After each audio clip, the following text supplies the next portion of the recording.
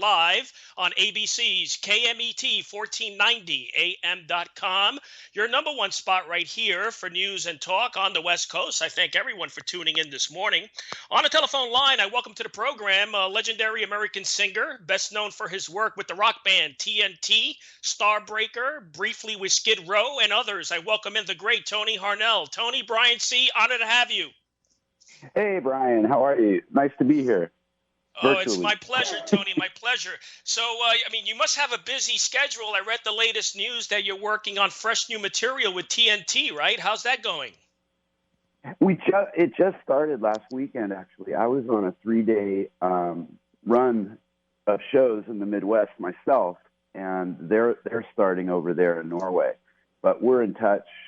We've done quite a few sessions, long distance, and of course, when I was over there in November, I did about a month over there. I did a show with Ronnie, and so we were working on material that they're working on now. It's going great. We're just getting started, so it's very, very, very early stages. But yeah, it's exciting.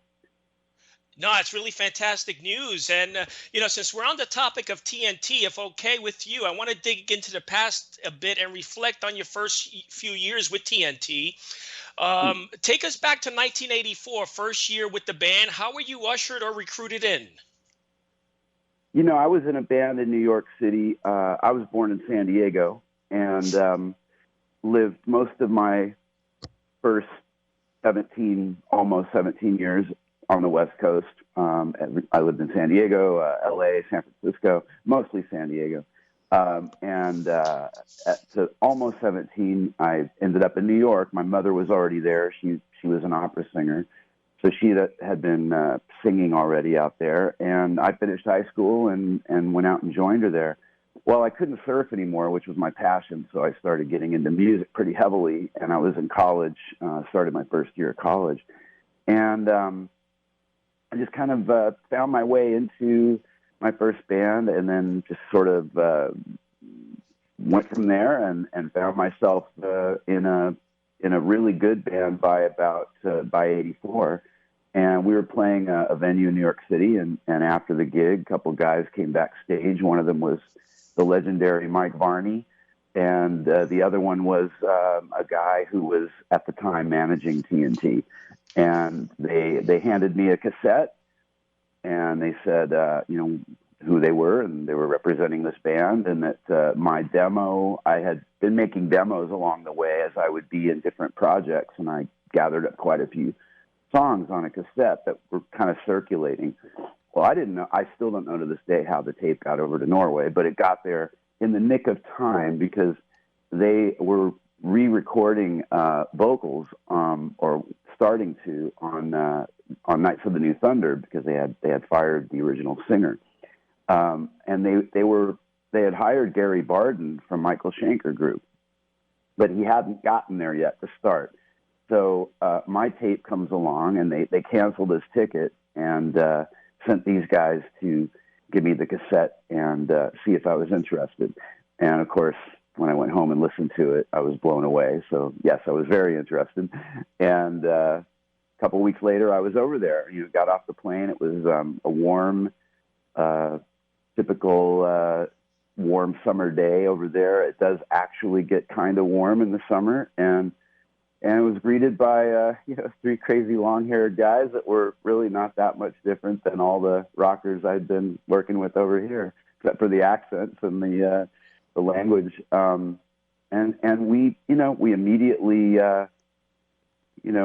went out and just got to know each other, and then pretty much started working right away. And I think within a week, I was in the studio and recorded 7 Cs and one other song the first day, and just kept going from there.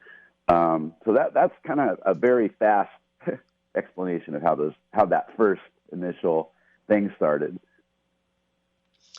And your 22-year run with the band, you and guitarist Ronnie Letecro, you co-wrote most of the material, right? Well, was it 22 years? I'm trying to think.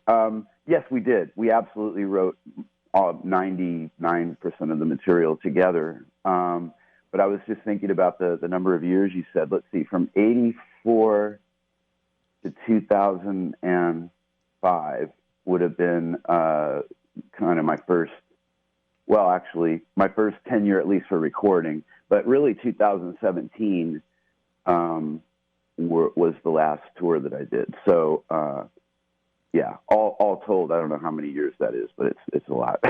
30 it's a lot of years. And, I'm just looking at the history. I believe, and I'm not sure, the second album, Knights of the New Thunder, is that where we can hear your debut performance? Yes.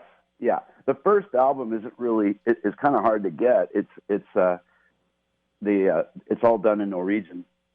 And they did release an EP that took those same songs on the first record, and they re-recorded the vocals in English for an EP. Yeah, so I came in on album number 2. That's right. Album number 2. I mean, there was some great material there, which I believe you co-wrote Tour with the Hammer, Break the Ice, USA, Deadly Metal, right? Well, on that first album, you see, the album was finished. So what they did do is they gave me pretty free rein to, change some things, change some melodies, lyrics. Some songs I completely changed the melody and lyrics to suit my voice. I left the things I thought were really good intact. I left the choruses. 7 Seas I didn't really mess with very much. I changed maybe the melody on the verses, and so it was sort of going through each song and just kind of making it fit my voice, because the original singer who co-wrote a lot of the material with Ronnie had a very different voice than I. So I wanted to kind of, make it match. But the second record that we did together with me, Tell No Tales, that was all fully written by Ronnie and I. Amazing. And then 87 comes along, and now you were part of that biggest, the band's biggest hit, right? 10,000 Lovers in One. Yes, of course. Yeah. Now, do you recall when that hit was made, your reaction to the song and the other bandmates? Did you have a feeling it was going to be a hit? I didn't like the song. Really? To be honest. Yeah, it's funny too, because whenever I'm watching documentaries for bands, it's always the same thing. You hear Janie Lane talking about how he hated Cherry Pie, and it just kind of goes on and on almost with so many bands. Well, what had happened in that case was that we were more or less finished, but the record company felt that we were lacking just one more. They wanted something that they thought would be. They liked what we had so far, but they wanted something that was more radio friendly. So I was back in the U.S., and then I went back again to Norway to finish, and they have this song. They had co-written with the original singer again. I didn't know that was going on, but that's what they decided to do. But when I got there, they presented a song that was called, it had a completely different verse, totally different lyrics and different melody. And the chorus was actually 10,000 love songs in one. I thought that was a little weird to sing. And I thought it was also kind of an odd title. So I took out the love songs and just turned it into lovers. And then I rewrote all the lyrics and the melody. And then you have what you have today. But I still wasn't a big, I liked every other song on the record so much more than that one. But I did understand why the label thought that was the first single anyway. And yeah. It's really, really amazing. We're talking with Tony Harnell, of the legendary vocalist of TNT and other bands. Now, we mentioned earlier, Tony, that you had some separation with TNT, period of 1984 to 1993, and then you rejoined again, I believe, 96 till about 2006. What was going on in your professional career? That's not.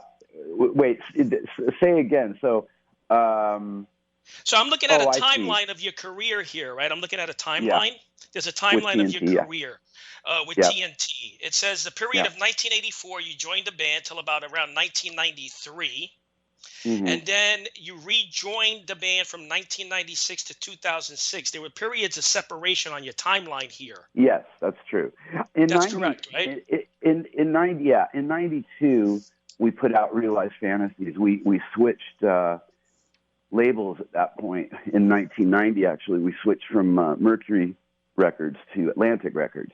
And then we made one album, Realized Fantasies, which came out in 92.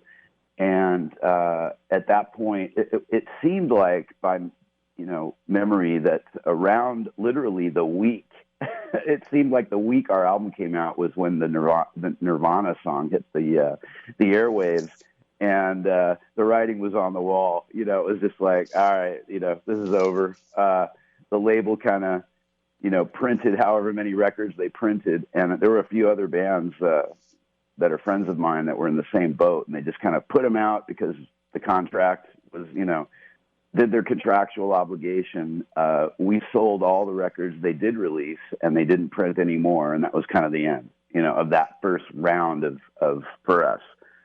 Now we were getting a lot of offers to do things in the Japanese market at that point in time because they were a little later.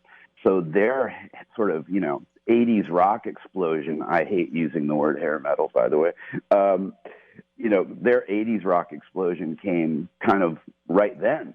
So some of the really smart musicians, like Yngwie Malmsteen, he was making, he was doing $1 million record deals in Japan in the early mid 90s. And most of the other acts just said, forget it, so Ronnie was eager to do some different music, and I was eager to do different music at that point. And I think we were all just frustrated. I wouldn't call that break necessarily a breakup. We were upset, and oftentimes when you work really hard, and we had worked so hard from 84 through 92, we were just burnt out, and we came so close to breaking a couple times in the U.S., and we just got very, very frustrated. Even though we were having incredible success in Japan, we had huge success in Scandinavia. Like, we couldn't have been any bigger, for example, in Norway and even Sweden and other markets. We could have sustained ourselves just by focusing on the markets where we were popular until things, changed again. But we decided, Ronnie and I both are pretty artistic people. We'd like to do things that are, different. And sometimes that comes at the sacrifice of your career. Sometimes it's not always the smartest thing to do. But we both did it. He had a great band called Vagabond, which featured a singer named Jorn Landa, who went on to do very well on his own, and a bunch of great players. Actually, a keyboard player and bass player from TNT were also in Vagabond. I did a couple projects, one of them funny title to the album called Morning Wood, but it was a really one of the favorite things I've done with Al Petrelli on guitar and Danny Miranda on bass. And just a great project, a lot of fun, and played a lot of, shows and just kind of did whatever I did. And then at some point, Japan put out a sort of a greatest hits album in like 95. And that was kind of the spark to start the next round for us. And we started talking, and then by 96, we were writing, and then 97, we put out Firefly. And this kept going. We put out 4 records between 97 and 2005, and plus an EP. So we actually were pretty prolific, and we did a lot of shows, a lot of touring, festivals, et cetera, et cetera. We actually were really on a roll at that point. And then it came crashing down again in 2005. Yeah, and you mentioned Morningwood. There's also you did a side project with Westworld, right? That came in the late 90s, and it kind of overlapped with with that next round of TNT albums. So I started Westworld around the same time or right after Firefly, and then the first Westworld came out, and then the TNT and Westworld albums were sort of overlapping. So I'd finish a TNT record and whatever shows we were doing, and then I'd come back and do a Westworld album, and so on, until that kind of ran its course. And what about Starbreaker? That's another project of yours, right? Starbreaker, another band. Great project. 3 studio albums. Really talented guitar player, Magnus Carlson. And yeah, we had a really cool chemistry. My problem though with those kinds of a lot of my peers do these projects. They're sort of I call them long distance projects where you're trading tracks, you're trading files and so on and so on. You can get lucky and always nail a song or two. But I find overall that not being in the same room for the writing and the recording even, and being able to sort of be present and make small adjustments right on the spot together as a team, organically really hurts, at the end of the day, hurts the artistic integrity of these kinds of records. And that combined with the fact that Magnus doesn't really like to tour, I just decided I didn't really want to do much more in the way of those kinds of projects if I couldn't support them with shows. And Tony, if I may ask you, now what was the deal with Skid Row? Because I'm learning listening to you. So what was the deal with Skid Row? I don't talk about it. You don't talk about it? No. I do have a little clip of one of my favorite tunes that you performed. It's a Skid Row tune that I wanted to play, and I wanted to ask you if it's okay with you, because it reminds me of my teenage years in high school. If you must, I mean, it's nothing. To me, all I really did was try to, sort of honor the original recording, and the band liked it so much they decided to release it. But yeah, I don't talk about it. I just leave it alone. It was a blip on the radar of my life. It was literally like less than a year. And it came and went. I mean, your resume speaks for yourself. I mean, you're classified as one of the best vocalists in heavy metal of all time. So, your resume speaks for itself. I don't know who classified me as that, but it wasn't me. But your vocal range is amazing, though. I mean, you have some great vocal range. Thank you. Thank you very much. I appreciate that. You could thank my mother for that, probably.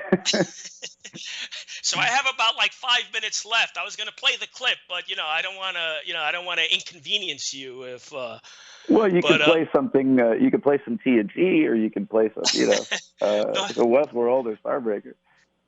So I have 5 minutes left. So what's down the pipeline for you? What's going on in your world? Well, I am doing acoustic shows here in the U.S. A lot of fun. They're sort of storyteller shows.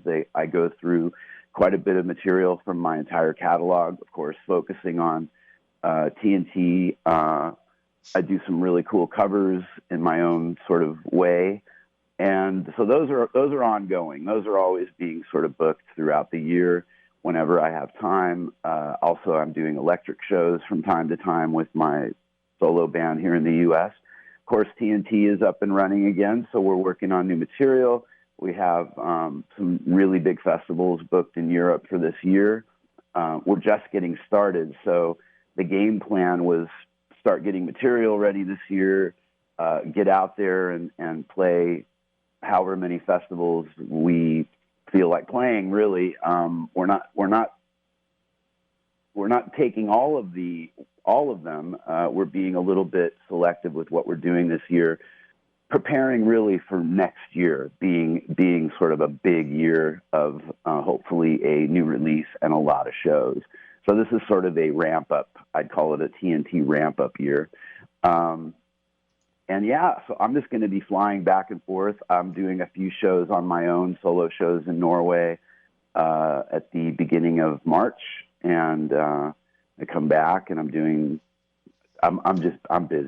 I'm always busy. I'm about to record a another project next week here in my home studio, and yeah, just going and going. Yeah, we want to mention your website, tonyharnell.com, where you can find, your bio. You have merchandise on the website. Any other social media outlets you want to mention? We have about 88,000 streaming listeners right now. Yeah, I'm on Facebook. I have an official Facebook page and Instagram. Those are my main two. That I don't really have anything else than that. I don't do TikTok or Twitter or those kinds. So Instagram and Facebook. Facebook is Tony Harnell Official, and Instagram is just Tony Harnell. And both of them, you'll know it's me for the blue check mark, because there's some imposters sometimes, but in case they're wondering. Yeah, and I see on your Facebook page you did a performance with Anthony Quarter. He was on this program. That must have been fun, huh? Yeah, he's been doing shows with me. We've done about, I think, six shows together now, and it's a really cool package. People seem to really like it, so I'm sure there'll be some more. Yeah, it works really well. We did a Northeast run together, and then we just did last weekend a Midwest run. Great guy, really talented singer. Well, listen, I really appreciate a few moments here, Tony. It's really an honor to speak to you, really. Thank you very much, Brian. I appreciate it. My pleasure.